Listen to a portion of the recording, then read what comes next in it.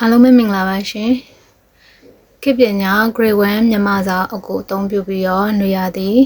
ပထမတန်းမြန်မာစာအတန်းလေးသင်ကြားပေးမှာဖြစ်ပါတယ်ရှင်ຫນွေရသည်ပထမတန်းမြန်မာစာအတန်းလေးမှာကြိုဆိုပါရရှင်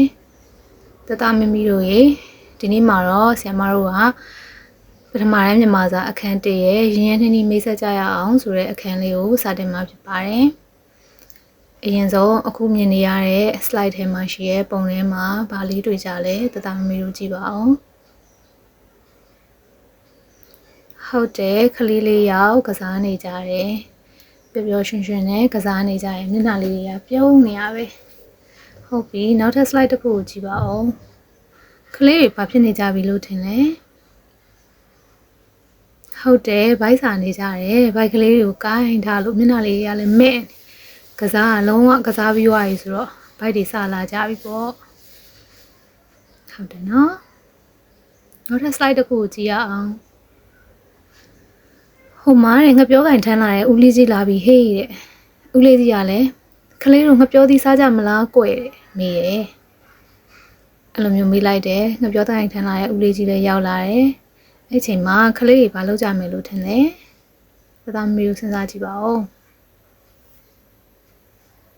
ဟုတ်တယ်ဦးလေးစီကငပြောသည်တောင်းစားကြမယ်။ဒါဆိုရင်ဒီတငယ်ချင်းလေးယောက်ကငပြောသည်ထမ်းလာတဲ့ဦးလေးကြီးစီကနေငပြောသည်ဘလို့တောင်းမလဲကြည့်ကြရအောင်။ပုံလေးရဲ့မှာတငယ်ချင်း2ယောက်မောင်စနဲ့မောင်ပါနဲ့ဆိုပြီးရရှိရဲ့အင်ကြီးပြလေးနဲ့ကမောင်စလို့ခေါ်တဲ့တငယ်ချင်းလေးဦးလေးကြီးကငပြောသည်စားကြမလားဆိုတော့မောင်စကနေပြီးတော့ဘလို့တောင်းလဲဆိုတော့အင်းစားမယ်ငါ့ကိုငပြောသည်ပေးရဲ့ဦးလေးကိုအလိုတောင်းလိုက်တယ်။ဒီဘက်ကတငယ်ချင်းလေးမောင်ပါကြတော့ကျွန်တော်လဲစားကျင်တယ်ငါပြောသည်ပေးတယ်ဆိုပြီးဦးလေးကြီးကိုတောင်းလိုက်တယ်အဲ့မှာတငယ်ချင်း2ယောက်ကငါပြောသည်တောင်းတဲ့ပုံလေးမှာဆိုလို့ရှိရင်ဦးလေးကြီးကငါပြောသည်ဘယ်နှလုံးစီပေးလိုက်လဲဆိုတာလေးကိုကြည့်ထားပါအောင်ဦးလေးကြီးရဲ့မျက်နှာလေးကိုလည်းကြည့်ထားပါအောင်ကဲနောက်ထပ်တငယ်ချင်းလေး2ယောက်ကထပ်တောင်းမယ်မောင်များနဲ့မောင်လှတဲ့အင်ကြီးပန်းအောင်လေးနဲ့ကမောင်များဆိုတဲ့တငယ်ချင်းလေးပါမောင်များကကြတော့ဘလို့တောင်းလဲဆိုဦးလေးကျွန်တော်ကိုငါပြောသည်ပေးပါတဲ့ဆိုပြီးတော့တောင်းတယ်နောက်ကဒီဘက်မှာအင်ကြီးခင်းအောင်လေးနဲ့ကကြတော့မောင်လှပါမောင်လှကကြတော့ဦးဦးရေတဲ့ကျွန်တော်ကိုငှပြောသည်နည်းနည်းပေးပါနော်တဲ့တောင်းလိုက်တယ်ကဲဟုတ်ပါပြီဒီမှာတသားမမီတို့ရဲ့တငယ်ချင်းလေးယောက်ဦးလေးကြီးကိုငှပြောသည်တောင်းထားတဲ့ပုံလေးကိုတစ်ခေါက်ပြန်ကြည့်ကြရအောင်တငယ်ချင်း4ယောက်မှာမောင်စားမောင်ပါမောင်မြမောင်လှ4ယောက်မှာငှပြောသည်အများဆုံးကမောင်လှရသွားတယ်မောင်စားကကြတော့ငှပြောသည်1လုံးရတယ်မောင်ပါက2လုံးရတယ်မောင်မြက3လုံးရတယ်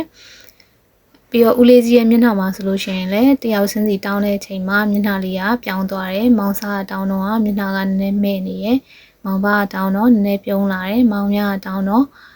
ပိုပြီးတော့ပြုံးလာတယ်မောင်လှကတောင်းတဲ့အချိန်မှာအရန်ကိုပျော်ရွှင်သွားတယ်ဦးလေးကြီးရဲ့မျက်နှာကအဲ့ဆိုရင်တသမမီတို့စဉ်းစားကြည့်ပါဦးဘာဖြစ်လို့ဦးလေးကြီးကမောင်လှတောင်းတဲ့အချိန်မှာမျက်နှာကလည်းအရန်ပျော်ရွှင်သွားပြီးတော့မပြောသေးအများကြီးလည်းပေးလိုက်တာလေဟုတ်တယ်မောင်လှကစကားချူချူပြောလို့သူပြောတဲ့စကားလေးကဦးဦးရေကျွန်တော်ကိုငှပြောသည်နည်းနည်းပေးပါနော်ဆိုပြီးတော့သူကတောင်းတယ်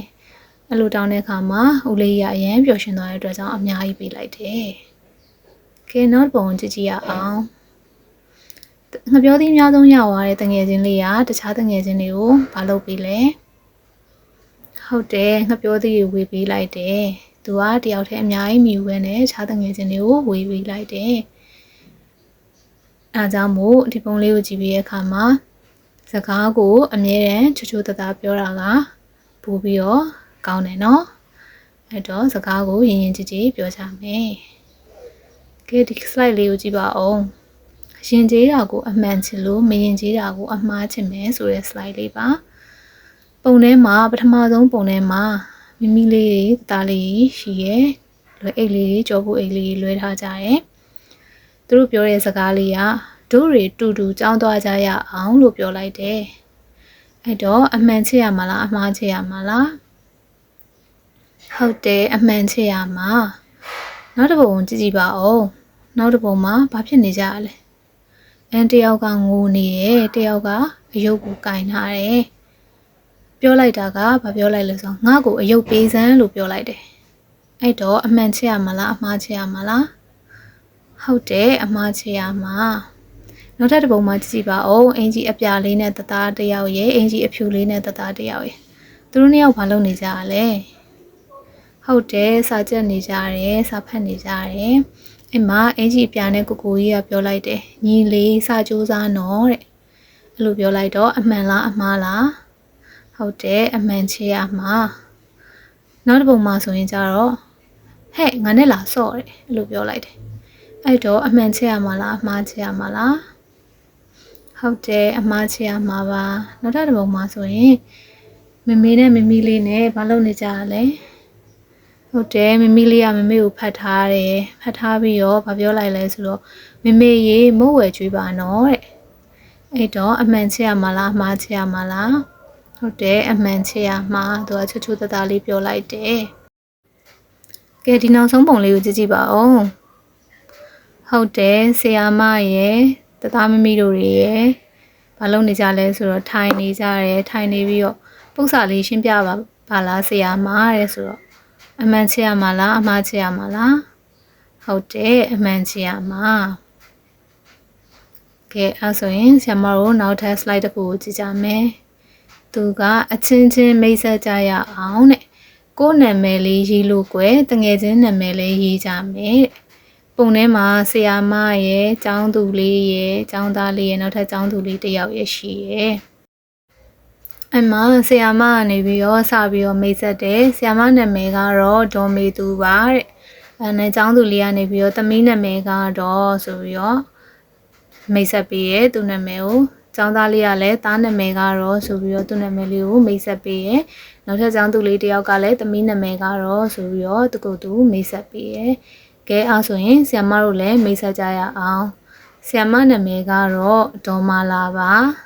တသားမမီတို့တွေလည်းအချင်းချင်းမိတ်ဆက်ကြမယ်နော်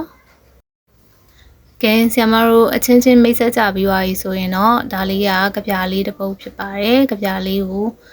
ကြည့်ကြရအောင်အရင်ဆုံးကြပြလေးမဆိုခင်မှာပုံထဲမှာကြည့်မယ်